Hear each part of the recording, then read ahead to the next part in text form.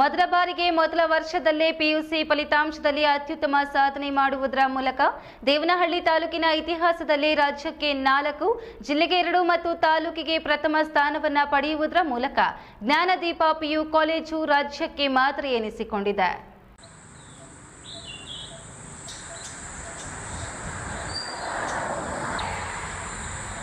ದೇವನಹಳ್ಳಿ ತಾಲೂಕಿನ ಮಾಳಿಗೇನಹಳ್ಳಿಯ ಬಳಿಯ ಜ್ಞಾನದೀಪ ಪಿಯು ಕಾಲೇಜಿನಲ್ಲಿ ಮಾರ್ಚ್ 2026 ದ್ವಿತೀಯ ಪಿಯುಸಿ ವಾರ್ಷಿಕ ಪರೀಕ್ಷೆಯಲ್ಲಿ ಅತಿ ಹೆಚ್ಚು ಅಂಕ ಗಳಿಸಿರುವ ವಿದ್ಯಾರ್ಥಿಗಳನ್ನು ಅಭಿನಂದಿಸಿ ಜ್ಞಾನದೀಪ ಶಾಲೆಯ ಮುಖ್ಯಸ್ಥೆ ಡಾಕ್ಟರ್ ಬೀನಾ ನಾಗರಾಜ್ ಮಾತನಾಡಿ, 100% ಫಲಿತಾಂಶ ನಿರೀಕ್ಷೆ ಮಾಡಲಾಗಿತ್ತು.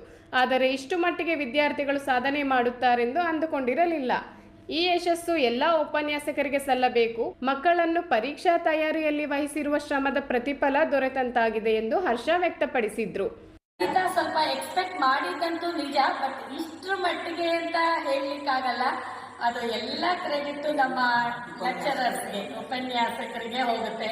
ಅವರು ಮೊದಲನೇ ದಿನ 1ನೇ ದಿನದಿಂದ ನಾನು ನೋಡ್ತಾ ಇದ್ದೆ.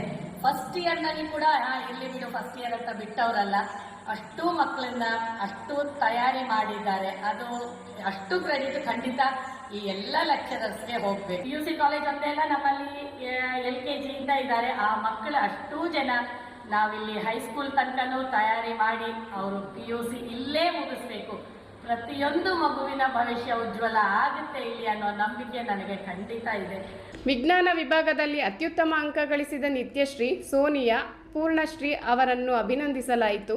ಪರೀಕ್ಷೆಯಲ್ಲಿ ಅತ್ಯುತ್ತಮ ಸಾಧನೆಗೈದ ವಿದ್ಯಾರ್ಥಿಗಳು ತಮ್ಮ ಅಭಿಪ್ರಾಯಗಳನ್ನು ಹಂಚಿಕೊಂಡರು.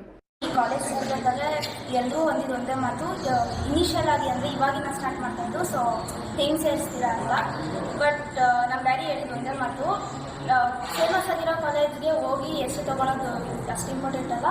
ನಿಮ್ಮ ಹೆಸರಿಂದ ಒಂದು ಕಾಲೇಜ್ ಫೇಮಸ್ ಆಗುತ್ತಂದರೆ ಅದು ನಿಮ್ಮ ಹೆಸರು ಪ್ಲಸ್ ಕಾಲೇಜ್ ಹೆಸರು ಎರಡೂ ಇದಾಗುತ್ತೆ ಅಂತ. ಸೊ ನಮ್ಮಿಂದ ಈ ಕಾಲೇಜ್ ಇನ್ನೂ ಜಾಸ್ತಿ ಬೆಳೆದಿದೆ ಅಂದರೆ ಅದು ತುಂಬಾ ಖುಷಿಯಾಗ್ತದೆ. Hyder Sab, E-News TV, Devanahalli.